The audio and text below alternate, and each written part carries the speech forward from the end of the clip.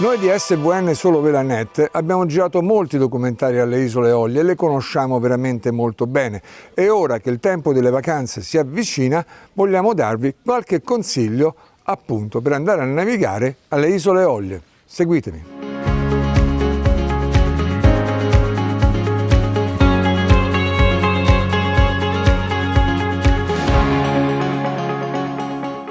Consigli per navigare alle Eolie, consigli per fare una vacanza qui alle Eolie. Noi ci troviamo a Porto Rosa. Porto Rosa sta proprio davanti alle isole Eolie. Vulcano, eccolo laggiù, e sta a meno di 20 miglia.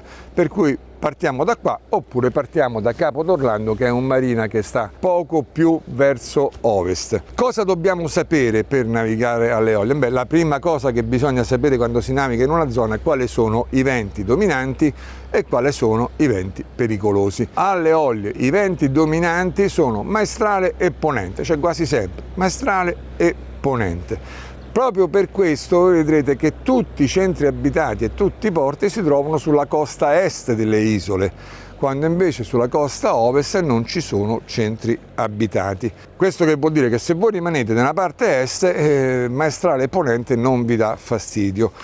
Considerate che solitamente il meteo alle Eolie è sempre molto propizio, molto tranquillo, molto calmo, anzi a volte un pochino troppo calmo perché non c'è vento, ma negli ultimi anni le cose un po' sono cambiate, è più facile trovare un po' di vento, però è anche più facile che a volte ci sia la botta di vento, per cui comunque dovete tenere sotto controllo il bollettino meteo. Secondo come vedete che mettono le cose, vi spostate da una parte o vi spostate sull'altro lato delle isole. Considerate che anche ad agosto, il momento in cui c'è il massimo del traffico, siccome le isole sono 7 e hanno tante rade, trovate sempre la rada dove stare e stare bene, cioè stare molto lontano dalle altre barche. È difficile che vi trovate in una rada con tante barche appiccicate, giusto se andate a Pollara a Salina, che è una rada particolarmente bella, tutti si concentrano lì e chiaramente un po' di traffico si fa. Tornando ai venti, allora se c'è maestrale e ponente voi state sul lato di est. Se il maestrale diventa veramente pesante avete due posti principali dove andarvi a riparare se vogliamo stare alla fonda. Uno è le Pomici a Lipari, che è una zona che si trova a nord della baia dove sta il paese di Lipari, e la riconoscete subito perché lì l'acqua è verde smeraldo, perché per tanti anni c'è stata una cava di pomice, per cui tutto il fondale è di questa polvere bianca di pomice e questa dà questo effetto verde smeraldo. Proprio perché c'è questo tappeto di pomice l'ancora prende testa perfettamente e lì state tranquillissimi, anche se il maestrale è molto pesante. Poi non è una baia, è un tratto di costa molto lungo, quindi difficilmente avete il caos. L'unica accortezza: tenetevi verso nord, perché verso sud del tratto di acqua verde smeraldo c'è una discoteca proprio sulla spiaggia, e lì vanno avanti con la musica ad alto volume fino alle prime ore del mattino, insomma fino alle 3 alle 4, e non è proprio piacevole dare fonda là davanti. Un'altra baia importante nel caso di maestrale o ponente forte è la baia di Levante a Vulcano. Sulla parte nord c'è l'isola di Vulcano, c'è un istmo e c'è un altro isolotto che si chiama Vulcanello. Da una parte questi due isolotti con l'istmo in mezzo creano una baia che è la baia di Levante, dall'altra parte creano una baia che è la baia di Ponente. A seconda di dove mi devo riparare vado da una parte e vado dall'altra, quindi la situazione è tranquillissima. L'unica attenzione è che a baia di Levante il fondale è a gradoni. Voi vedrete quando arrivate, molto probabilmente troverete le barche schierate in linea, prima e seconda linea vanno benissimo, quando poi si va molto indietro verso il largo, fate attenzione, perché il primo gradone ci avete 5 metri, ormeggiate perfettamente, il secondo gradone arrivate intorno ai 15, il terzo gradone va giù parecchio e chiaramente non date più fonda. Invece a baia di Ponente, dove andrete se mette scirocco o mette Levante, lì la situazione è ancora più bella, perché lì è tutta piatta ed è tutta sabbia compatta, per cui voi arrivate su 5 metri, date ancora, date fondo e state perfettamente sicuri. Per ripararsi da Maestrale, un'altra baia molto carina è a sud di Vulcano, che è il primo tratto di costa che trovo partendo da qua, che è Cala Gelso.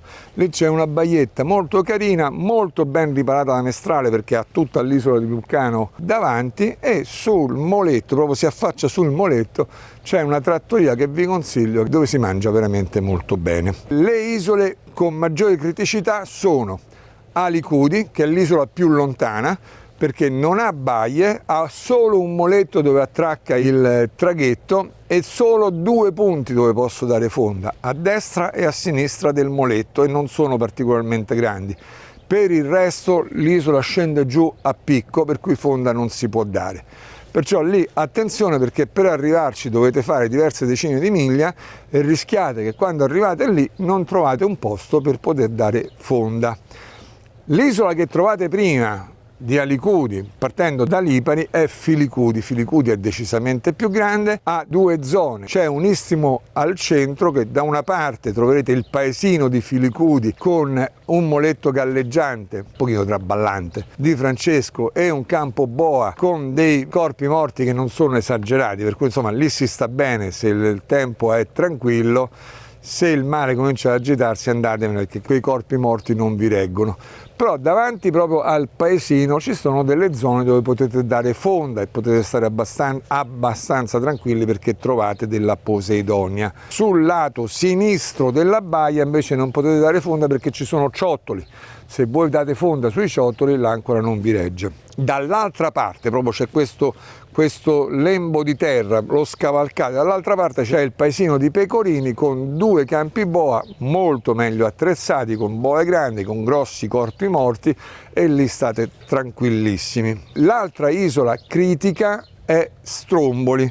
Stromboli è un'altra isola che non ha baie protette, ha molti campi boa, ha soltanto 2 zone dove si può dare fonda, all'inizio e alla fine delle zone dei campi boa, però non è protetta, per cui se c'è vento la situazione potrebbe diventare critica. Considerate pure che la meteorologia di Stromboli è fortemente influenzata dall'attività del vulcano, per cui è capace che su un'isola tutto è a posto, arrivate a Stromboli invece c'è una situazione completamente diversa, però per cui anche lì prima di andare telefonatina ai campi boa: senti, ce l'hai una boa? Come sta la situazione? Vengo, non vengo? E loro vi diranno cosa fare. L'ultima cosa che vi devo dire sono i porti.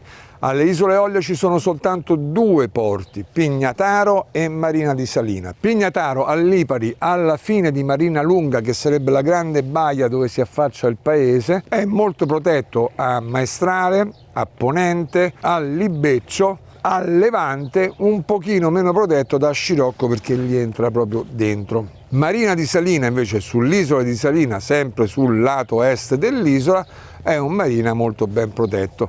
L'unico problema di questi marini è che se ci volete andare ad agosto difficilmente trovate posto se non avete prenotato.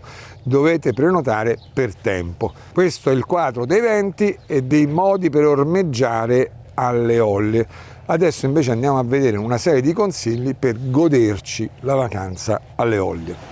Uno dei consigli che mi sento di darvi per andare a vivere al meglio le Eolie è il vostro rapporto con la rada. Noi velisti siamo portati a cercare le rade che sono molto protette dal vento. Ecco, alle Eolie questo è meglio non farlo, perché alle Eolie, quando la situazione meteorologica è stabile, fa caldo, specialmente a luglio e agosto fa veramente molto caldo.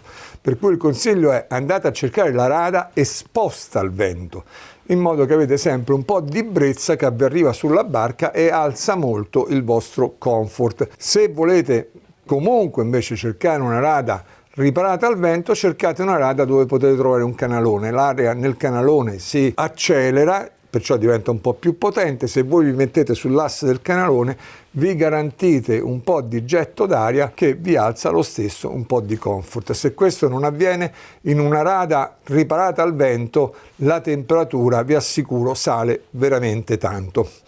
Cose da vedere, non cose da vedere, perché alle Eolie c'è tutto da vedere, sono una più bella dell'altra, ci sono delle rade veramente stupende.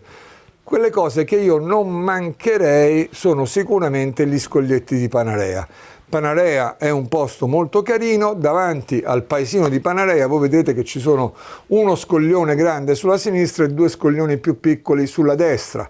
Andate al centro dei due scoglioni più piccoli, sulla destra, sott'acqua, se guardate sotto vedete il mare che bolle, da lì partono dei soffioni di origine vulcanica che, a parte l'odore un po' di zolfo, fanno tutto un gioco di bolle che è veramente molto carino ed è una cosa che non vedete comunemente.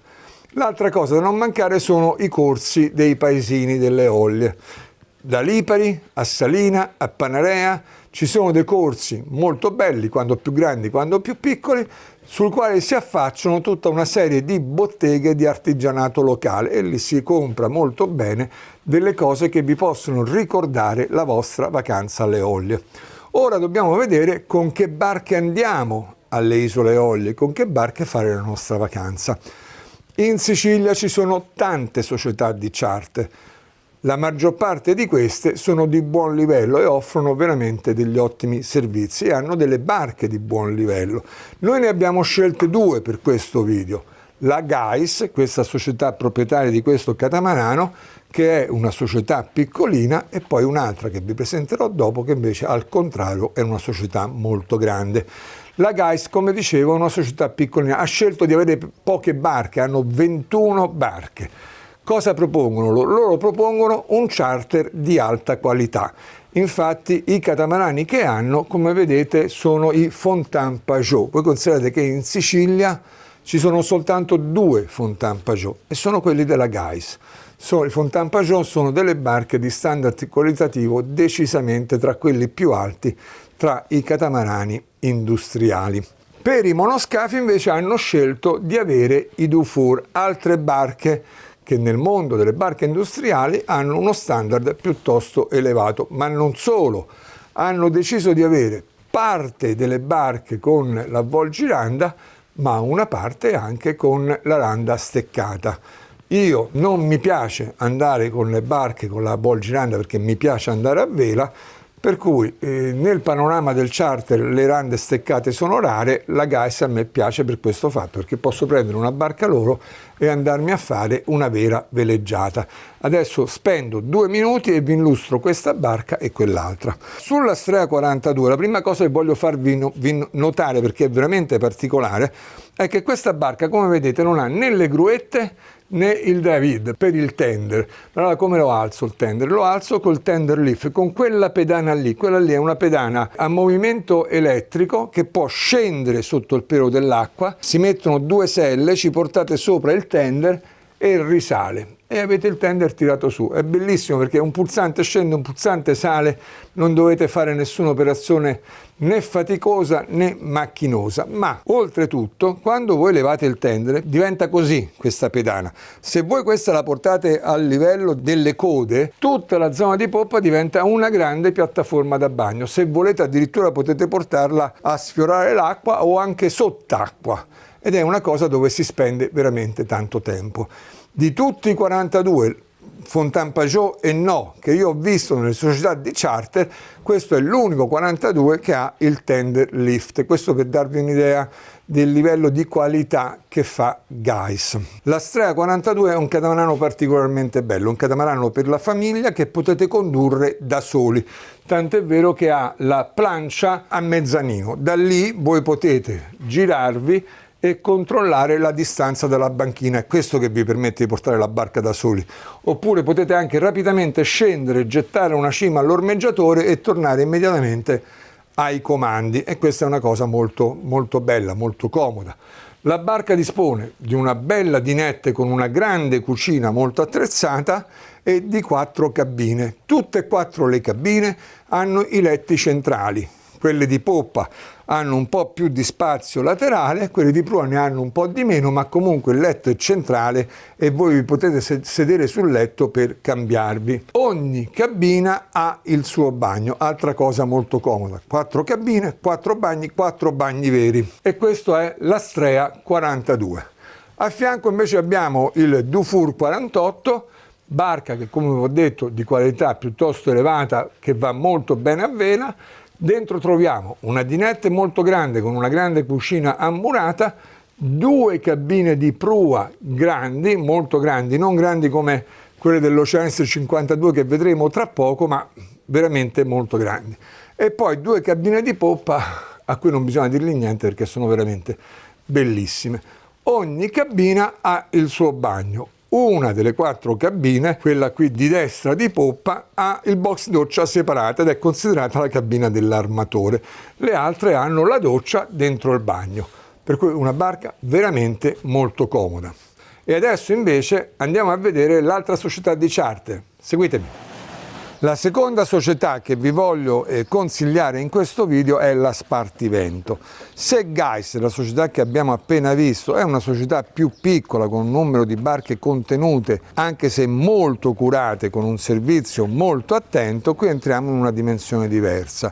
Qui stiamo in una società che è tra le più grandi che abbiamo in Italia. Loro hanno 148 barche, di cui quasi la metà sono catamarani e gli altri invece sono monoscafi, barche tutte recenti, barche tutte tenute perfettamente. Voi considerate che queste 2 barche, Oceanis 52 e Lagoon 38, sono arrivate appena una settimana fa. Io ho fatto delle vacanze con queste barche come l'ho fatte con Gais ed è il motivo per cui ve le posso consigliare, perché mi sono trovato veramente molto bene. Spartivento è, diciamo, la regina della Sicilia per il charter, perché loro hanno 4 basi: Porto Rosa, Capo d'Orlando che sta più verso Palermo, circa 40 minuti di strada, dove tengono la loro base luxury, si chiama Sail Lux. Sono un gruppo di catamarani molto grandi che offrono un servizio con standard molto elevati. Tutte le barche hanno il cuoco a bordo e le barche più grandi addirittura hanno 4 persone di equipaggio. Poi hanno Castellammare e infine Trapani per fare le isole Egadi, ma non finiscono qui, perché poi hanno le basi anche in Sicilia, in Toscana e a Salerno, quindi sono veramente molto grandi. Sono molto attenti. Se noleggiate queste barche, quando venite qui a Porto Rosa trovate Lillo, che è il capo base, con sua moglie Lora, che gestiscono questa base qui. Qualsiasi cosa succede, Lillo prende, sale sul gommone, o lui o qualcuno dei suoi, e vi raggiunge alle isole Eolie dovunque voi siete e sistema qualsiasi tipo di problema voi potete avere. Adesso io vi mostro questa barca per darvi un'idea. Oceanis 52, che è l'ultimissimo modello della Beneteau, è stato presentato quest'anno. È una barca che, come vedete, ha 5 cabine, 2 cabine a poppa sinceramente grandissime, cioè hanno un letto che è più grande del letto di casa, 2 cabine a prua, anche queste inusuali, perché noi siamo abituati con le cabine di prua che solitamente sono dei triangoli un po' strettini. Guardate, queste hanno dei letti veramente molto grandi, e una quinta cabina che invece non è particolarmente comoda, che è la cabina a letti a castello, e poi 3 bagni ampi con le loro docce. C'è una sesta cabina che è a prua, all'estrema prua, con un bagnetto, che è quella per il marinaio. Però attenzione, la barca viene noleggiata senza equipaggio, cioè non avete bisogno di prendere il marinaio per prendere questa barca. Se avete la patente nautica potete prendere la barca e fate una vacanza bellissima in 10 persone comodamente. Poi se volete mettere qualcuno in dinette andate anche fino a 12 persone. Questa qui invece è il Lagoon 38, anche questo un modello molto recente, e questo è quello che io consiglio per la vacanza familiare. Perché? Perché ha una timoneria a mezzanino, quindi da lì potete tranquillamente controllare la manovra quando arrivate in banchina, e questo vi permette di portare la barca da soli. È una barca perfetta per 8 persone. Ha 4 cabine e 2 bagni, 2 scafi speculari, 2 cabine e un bagno, 2 cabine e un bagno. Le cabine di prua sono molto grandi, perché il 38 ha una prua molto particolare che si apre molto sul mascone, per cui ha queste cabine a prua piuttosto larghe. È una barca veramente molto comoda. Detto questo, io penso che vi ho detto un pochino tutto, quantomeno una bella panoramica di quello che c'è da sapere per venire a fare le vacanze alle isole Eolie. Io spero che vi sia interessato. Vi ringrazio per l'attenzione che ci avete voluto prestare, ringrazio la GAIS e ringrazio Spartivento per averci messo a disposizione le loro barche e vi do appuntamento al prossimo video con SVN Solo Velanet.